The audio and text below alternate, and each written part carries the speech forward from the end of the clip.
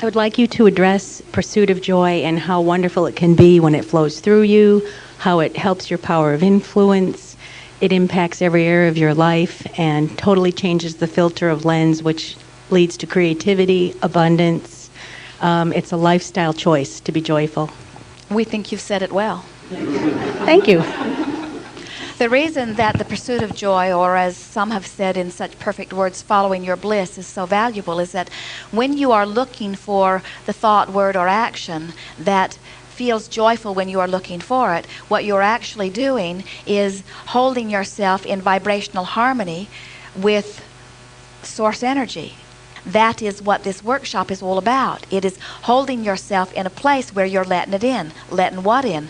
Things that are a vibrational match to joy, which would be clarity and wellness and abundance, all things that you consider to be good. And so today, no matter where I'm going, no matter what I'm doing, and no matter who I'm doing it with, it is my dominant intent to look for those things that feel good.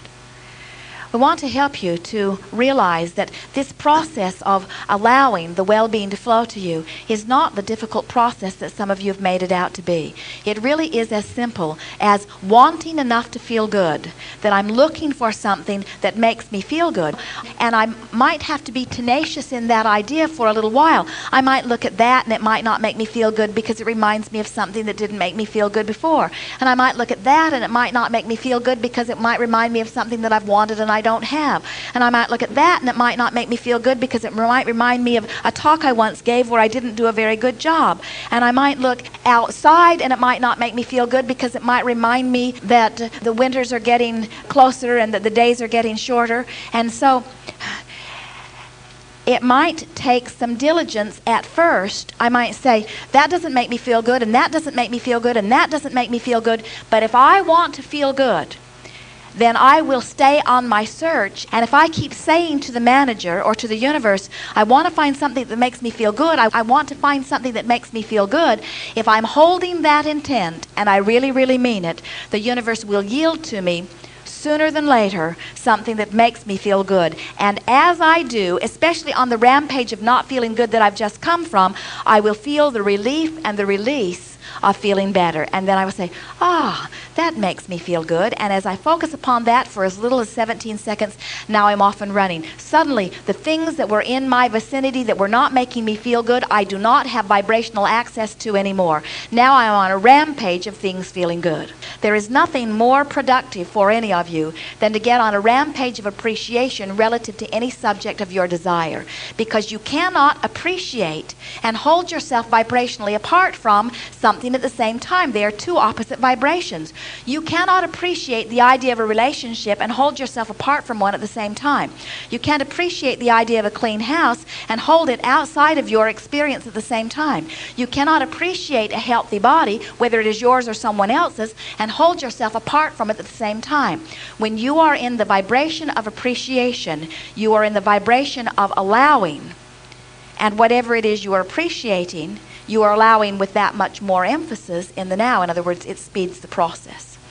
So if we were wanting to reach for joyful experience or the experience of connection, we would superimpose the word appreciation, because it is a pure vibration for most of you. When you say, I want that or I have to have that, sometimes it can get messy. But when you say, I surely do appreciate that, there is very little contradictory vibration within you, and you are much more likely to then use that as your excuse to allow what you've been telling the universe all along with your yippies and yahoos that you are wanting.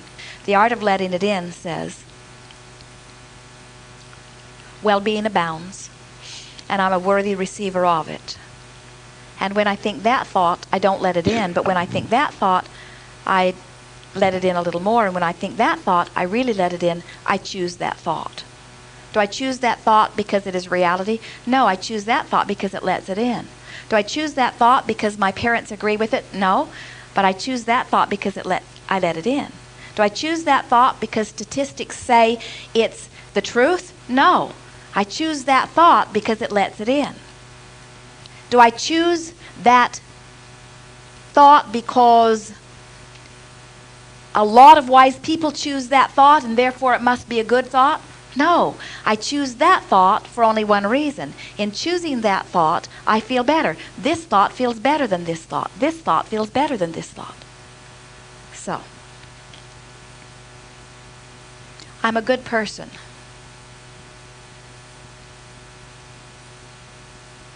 I have so much to learn.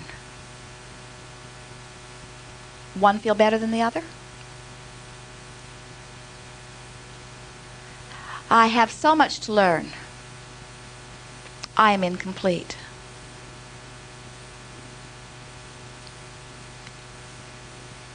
I am incomplete. I never get it done. I am incomplete. I'm an eternal being. One thought feel better than the other? There is sickness in my body. My body's ever changing. There is sickness in my body. The universe yields to my vibration. I don't have enough money. The manager's lining things up. I don't know where to go.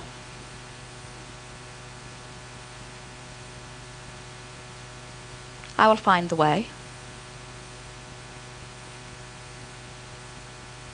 No one really understands me. It's not their job.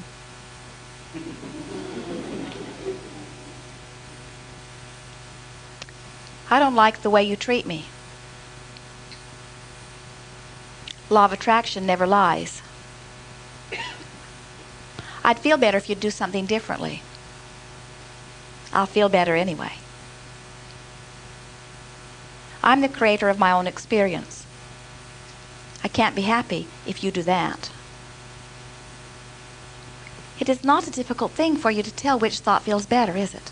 In other words, these were very similar vibrations, and yet you were able to discern a marked difference in the way they feel. You are students of deliberate creation. You are in an advanced arena, and you are doing enormously well. Have fun with all of this. Be easy about it. There are no tests. There are no trials. You cannot get it wrong, and you will never get it done. Just make a decision that in this moment, and this one, and this one, and this one, I'm going to look for an excuse to let it in.